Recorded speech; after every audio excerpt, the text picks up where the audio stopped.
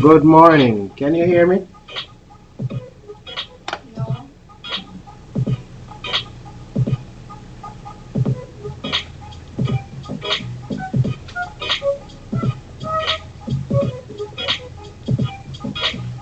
Indicate if you can hear me, please. I need to know if this thing is working.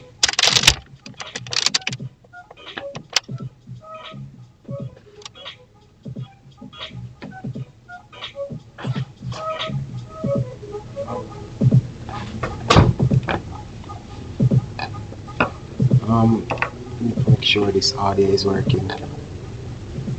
All right, so I'll begin. So welcome again to our digital photography. My name is Nikhil Campbell, and this is not hear me.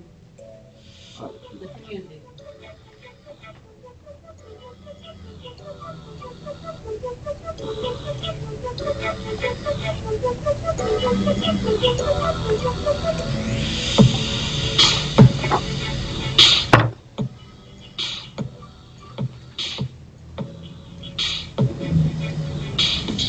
You hear me now?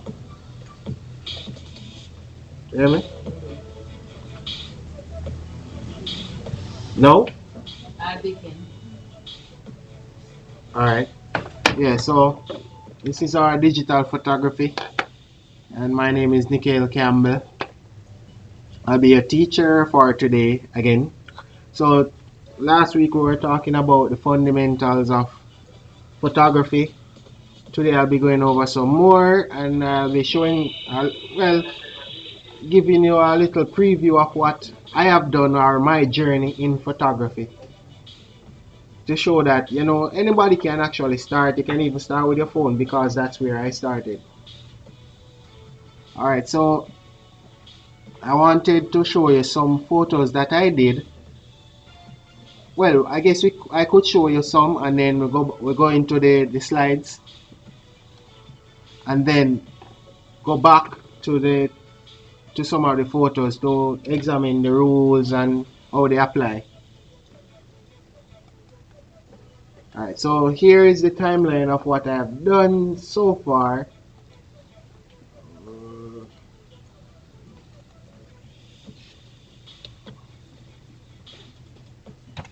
All right, I'm using two computers, so this thing might take a while. All right, so this is when I just started out with photography. So these are some photos that I took with my phone. This is when I started to realize that I actually liked photography. And some of these photos I even use compositions that I didn't know about as yet. Like well, you'll learn about them. Some persons heard about them from last week. Rules of third, leading lines, framing, stuff like that. Fill the frame. Right here we're using I use two different type of composition. Well, there's more, but the main ones are fill the frame and perspective.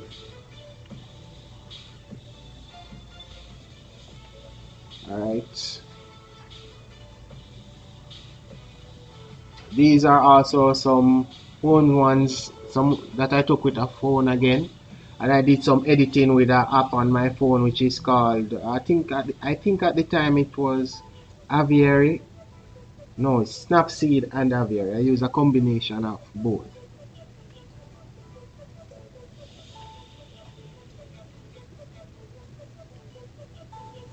These now I was trying to do something with perspective.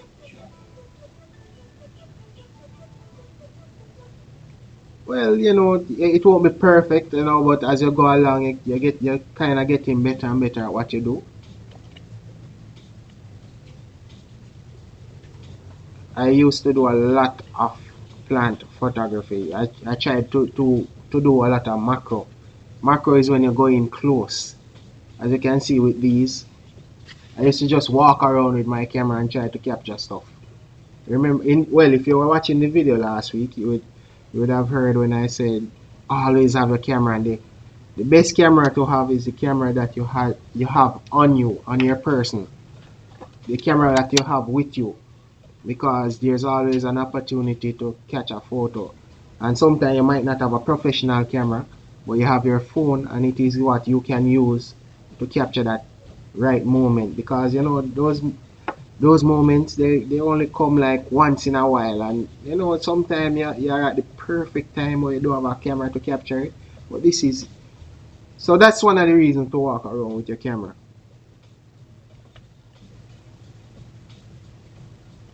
Here are some more again. Give me a second.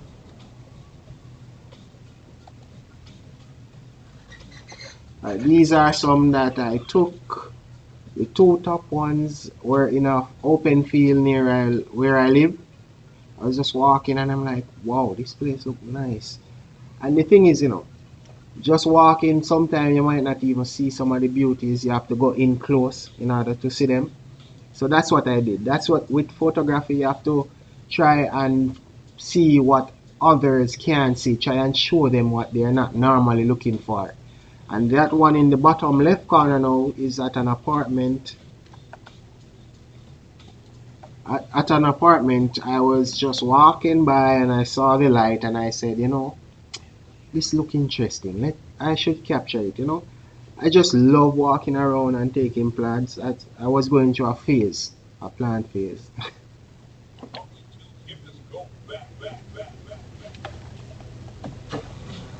Wait a minute, my computer is frozen. Oh, it's back. Alright, these now.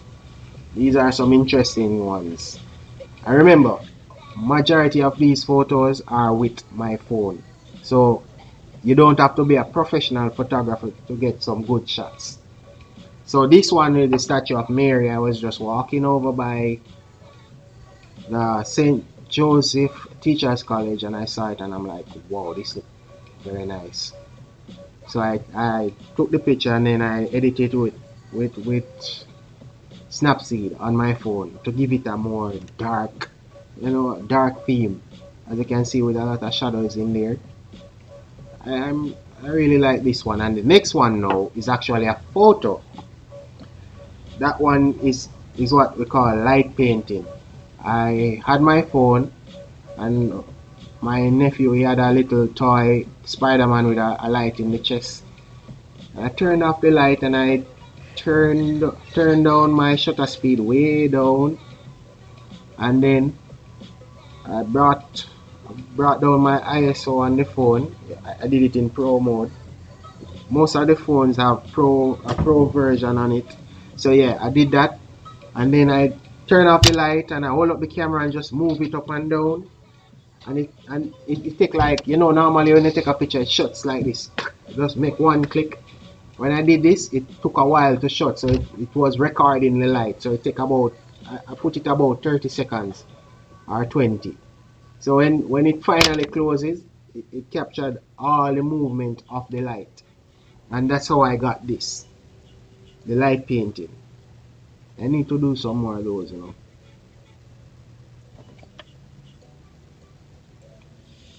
Ah, I played all around with a lot of concepts. So these now are, like I said, I love to do plants. Well, I'm hardly doing them now, but I was in a plant phase, a nature phase where I did a lot of nature photography, but also I did a lot of concepts. So the top one is I don't even know the name of this plant, but it's pretty. Yeah, as you can see with the blossoms and all, it's more of a macro type photography, getting in close. And then the other one, which is below, is me. I was at church practicing and I saw this chain. I wrapped it around my hand and took it and edited it up, trying to give it a dramatic effect.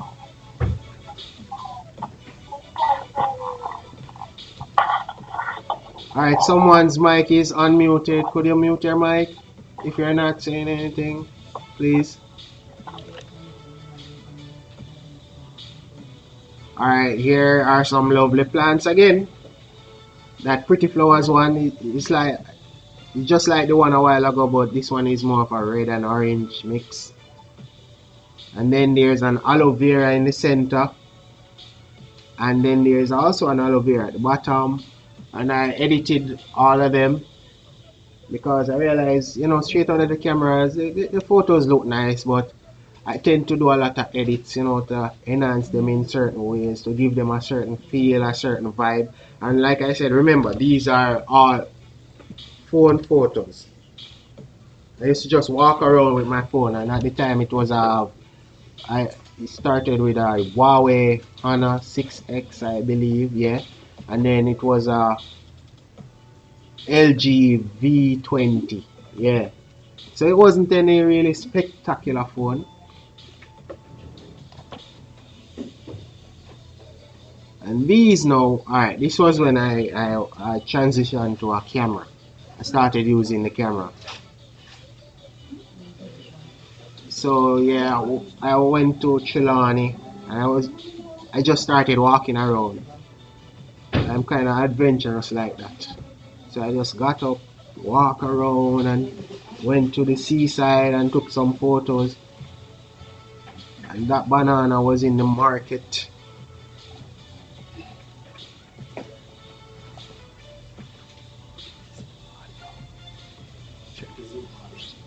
Okay, alright. Give me a second, I have to check my Zoom to see if it's working. Everyone on Zoom hearing me? Anybody could you indicate to let me know if you're hearing me?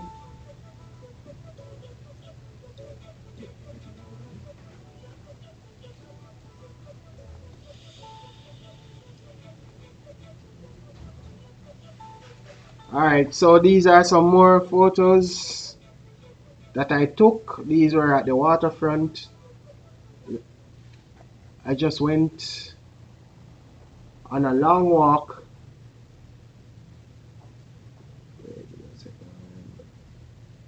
Oh, it's all good. Yeah, I just went on a long walk and I saw a bird flying and I took the bird. I saw a man out on the thing there doing some fishing. I took him. Interesting enough, I had a lot of different compositions in this and I didn't even know. Rules of third, perspective, a lot of stuff because I was showing some photographers after and they were like, wow, these are nice. I like how you use the rules and all of that. And I'm like, what? At the time, I didn't even know any of those. I was just shooting.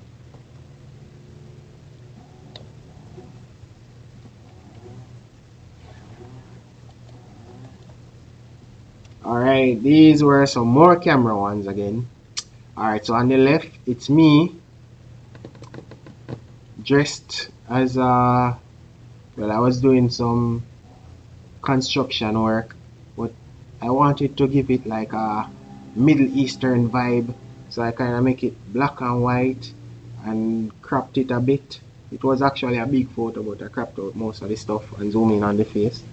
And on the next side now is a plant. I don't even know the name of the plant, but I liked it and it looks strong. I like the strong pink and the dark in the background. So I just took it. And I hope you notice. You see, as I move along, the photos started looking at more and more professional. It's not there as yet, but you can see the changes. So I started out with just the phone, and I stick to it. I took pictures of almost everything. Trust me, there's a lot of photos that I took, but these now are just some that I'm showing to kind of show how I came from basically not knowing to getting good. Alright, and these now are some photos from Blue Mountain.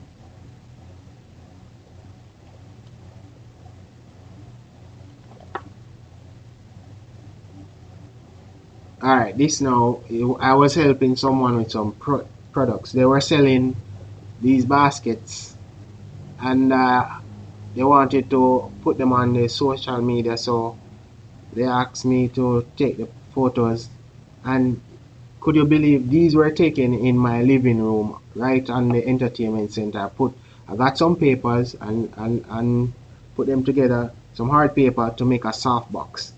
So I put them up, curve them, got my light and put it there, and took these so they kind of look like studio, like they were taken in a studio. So there's a lot of things that you can do with your phone. Well, these were with my camera, but you can use your phone as well. I could have used my phone, but I had the camera, so I used it, and they're crisp and neat and pretty. All right, these now. The top one is it was taken by my phone. I was at Port Royal and I was just here walking and I saw the grass and I'm saying, wow, this grass look neat. And I saw the brick wall and I said, wow, this would be a lovely scene for a photo, and I just took it. And the cat photo now, I was at my home. I looked through the window and I saw the cat and I'm like, whoa, look at this cat. Just push the camera through the window. I had my zoom lens on it. I zoom in and shot the cat. It's like the cat saw me and the cat was like, alright, cool, take my picture. I am actually, I really like this photo of the cat. It have a, I don't even know how to explain it, but it had some effect.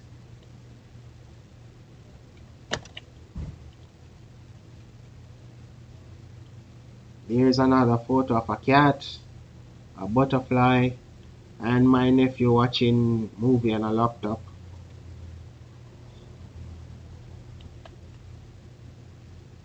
And these now are some by the seaside in Black River.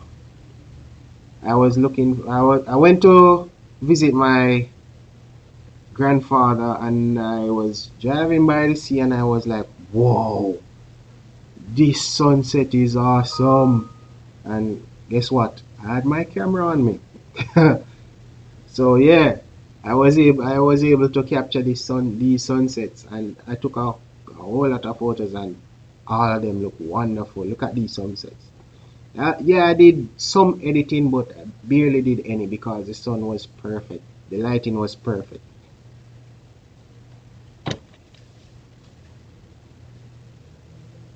These now, uh, the bamboo at the top. I was going to Portland. Yes, I saw somewhere stopped off, and I was walking around taking some photos, and I saw the bamboo. I said, yeah, let's try and do a mako. And I went in close, took the bamboo and that plant as well. So yeah, sometimes I just get up and walk through some bushes. And that old time camera there, yes, it's a camera. I took it in the UWI museum. One day I went over to UWI and I was just walking around campus taking photos, and I took this one.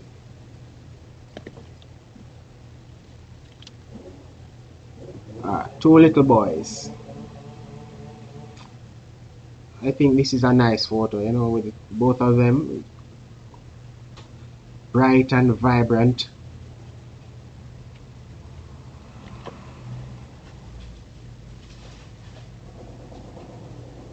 And here's some more photos I took. Like I said, I continued shooting, and the more I shot, is the more I got better. You can see the difference in the photos coming from the start. All right, and that's that. All right, moving on now to the PowerPoint.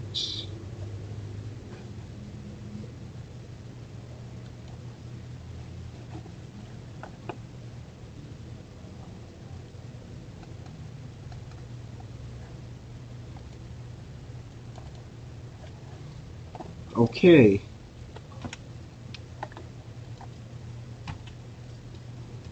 We're going to go into some concepts for taking great pictures. So yeah, we can't just go around taking photos. We have to learn some of the concepts in order to get those good photos. We have to start from somewhere, right? Well, if you continue further down from now, you'll be doing some serious editing and learning frequency separations, color blocking, stuff like those.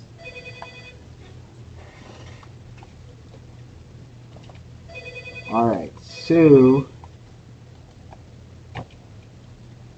understanding your digital camera models. Alright, so there are several models or different models of digital cameras. So we have subcompact, compact, super zoom, advanced, SLR.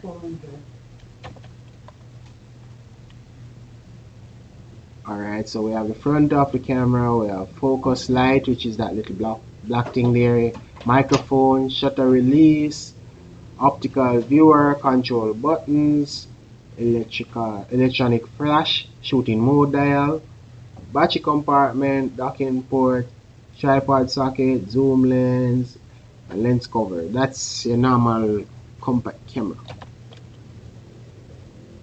And you have the back with all of these little things. Well, I doubt you'll see one of these cameras now, because most persons are using phones, or if they're not using a phone, they're probably using a DSLR camera, more of a professional camera.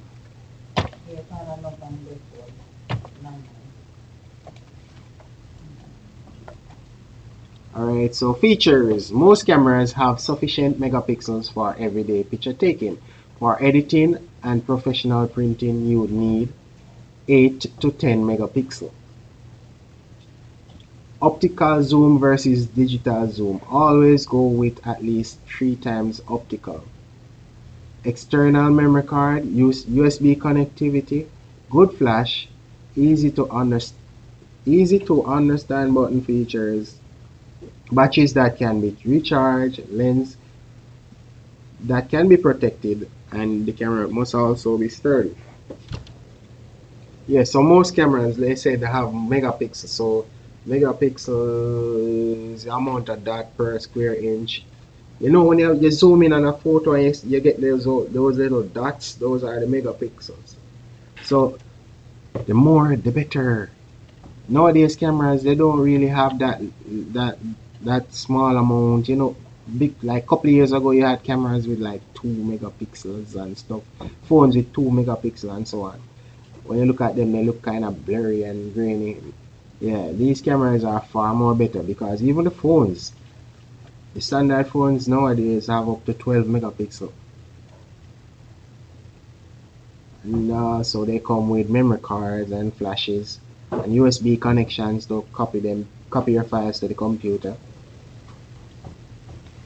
Okay, things to know. Shutter button.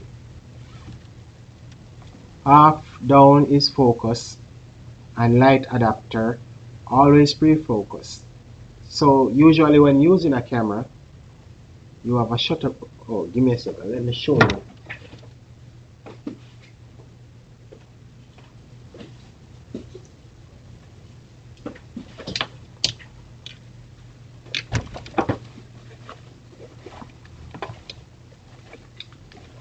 Yes. Usually,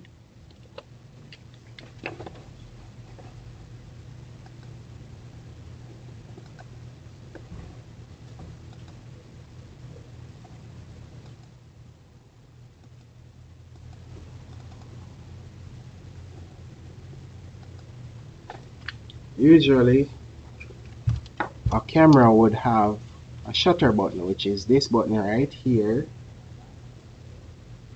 You hold it, you barely hold it down, it focuses your camera. So if the image that you're taking was blurry, you hold this down and you realize it brings it into focus, you see it clearer. And also it gives off a little light, so it kind of searches and finds how far the subject is and clears it up for you.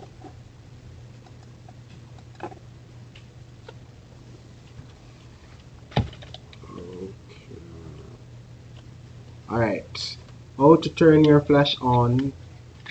Alright, some things you need to know as well is how to turn your flash on, auto, off, or red eye. Take lens cover off. Those are pretty simple. You don't even have to really think that much about those. If you use red eye option, tell your subject flash is delayed. Well, I don't really have that problem still. Alright, turn your macro function on and off for extreme close-up, where the focus points are for your camera. Alright, we don't need to know those for now. Alright, now we'll be looking at some tips for taking photos. Fill the frame. So filling the frame is trying to get your subject into the frame as much as possible. So your subject is in full view.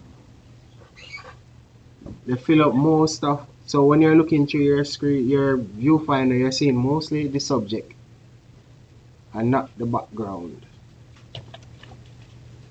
Rules of third.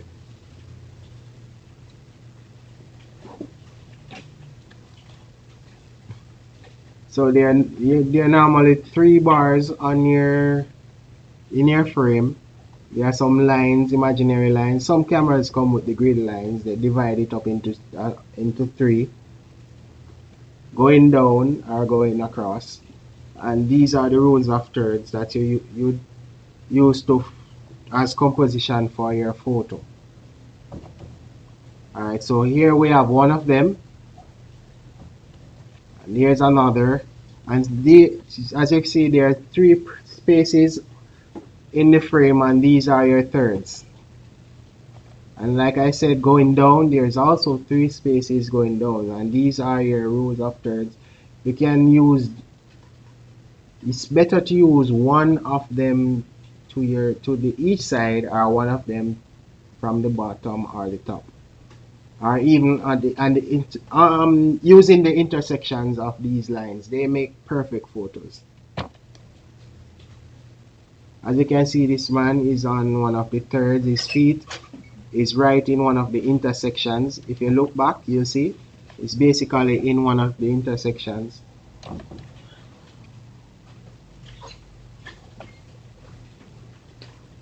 Some more photos exhibiting the rules of thirds.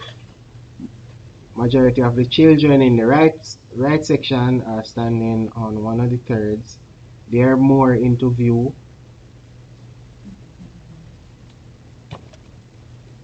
Alright, now we're at macro. As you have seen with the photos that I took, a lot of them were macro. That's when I went close, did the close-up shots. I went close to get a better view of the subject. Macro is usually used for like small animals or small objects or plants.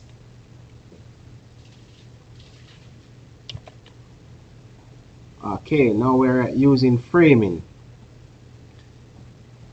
So even though the picture itself is within a frame, the person or the photographer is using objects to frame the subject. As in with the left photo, the person is using the trees and the leaves to frame the mountain. So the mountain is in the center and the trees are like act as the frame. So they draw your attention to the mountain in the middle. With the one on the right bottom corner, they're using these metal objects to kind of frame the photos. So these metal objects kind of force you to look into the middle of the photos. And also with the school bus, the door acts as a frame. It draws your attention to the children coming through it. Alright, getting down on their level. This has to do with perspective.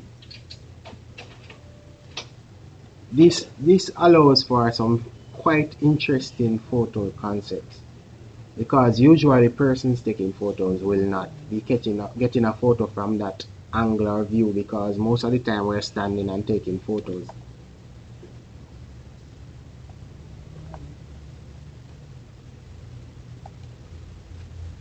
Okay, we seem to be running out of time here on Zoom. We may have to conclude early. Alright, so here are some more getting down on their level photos. interesting angles. As you can see, he's taking it. The photographer is taking this one on the building from below, looking up. This one is close to the boat. That one, next one now, the person is walking away. Well, that's not that exciting, but it makes for a good one. And also, I think there's a rule of third somewhere in there, or leading line from the roof. Yeah.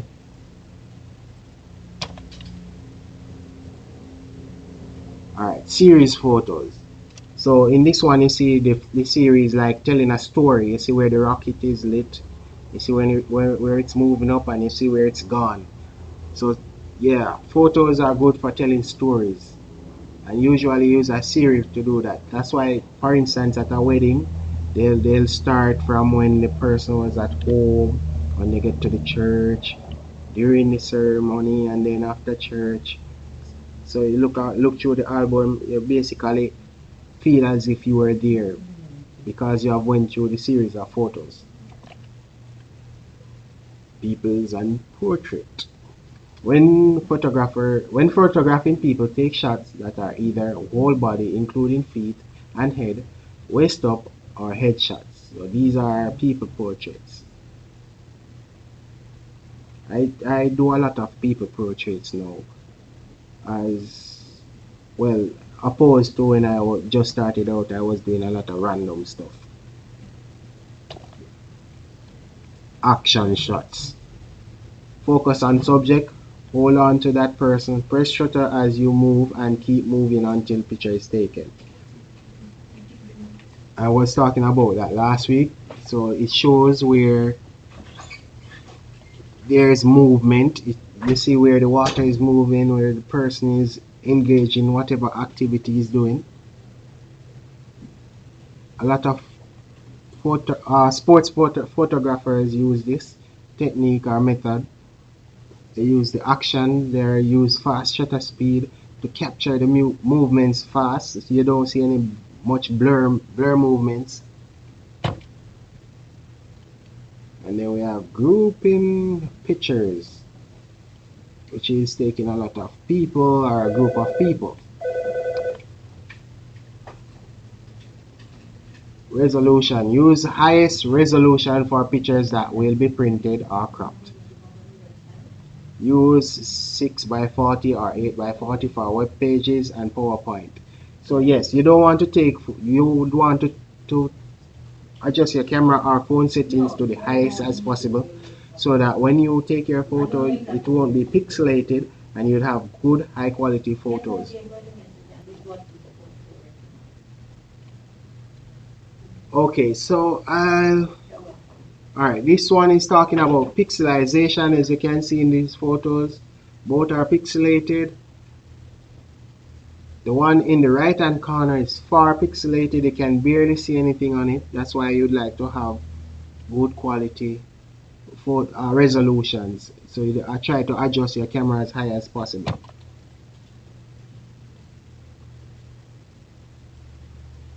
Upload your pictures to a computer and erase your storage device. Always name your folder including data and activity. You can use a variety of programs and online services to display and print your photos, including PowerPoint or an editor like Pixlr. Alright, and most of these photos are in JPEG, JPG, or JPEG, easiest format to save. TIFF, higher quality but uses more space. Yeah, because I save some files in TIFF format, and wow, those are big. I mean, like some of them might add up to like the file size of a movie. So sometimes when I'm editing those files, they get real big. But the JPEG and JPG, those are the more popular ones. Most likely your photos would be in that format. Alright, I think I'll be concluding with these for today because I'm kind of running out of time. What I do though, is encourage you to go and take some photos. Take some photos so that next week we can share them with each other. Pardon me about that. Yeah, we can share our photos, and yeah, we'll be giving out prizes for persons with the best photos. So go out there with your phone, just go around and take some random photos, and even try and download some of the editing apps from the Play Store. One of my favorite is the Snapseed, and you also have Pixaloop. That's another nice one. You can also animate them with that. And you have Aviary, and there's a lot of them. You can just download any one of them and edit your photos, and then you may be able to win a prize. I will let you know what that prize is next week, and trust me, it's going to be worth your while. So go ahead, and you can also watch this video again because it's been recorded, and I'll be uploading it shortly. And on YouTube, it's streaming, and it will be recorded and uploaded as well. So thanks for watching, and Nikhil Campbell, your teacher for today, and I hope you have a wonderful day. And go out there and take some wonderful pictures. Remember, you don't have to be a professional. Everybody has to start from somewhere. As you can see with my photos, I wasn't taking that good of photos, but you saw where I progressed and I became better at what I was doing because I practice, and practice some more. Every day I get up, I practice. And you should do the same. Alright, so see you next week.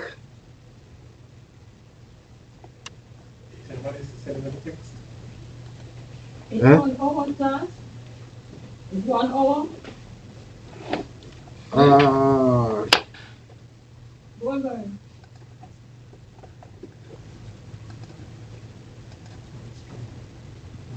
I'll give you a wait. Oh,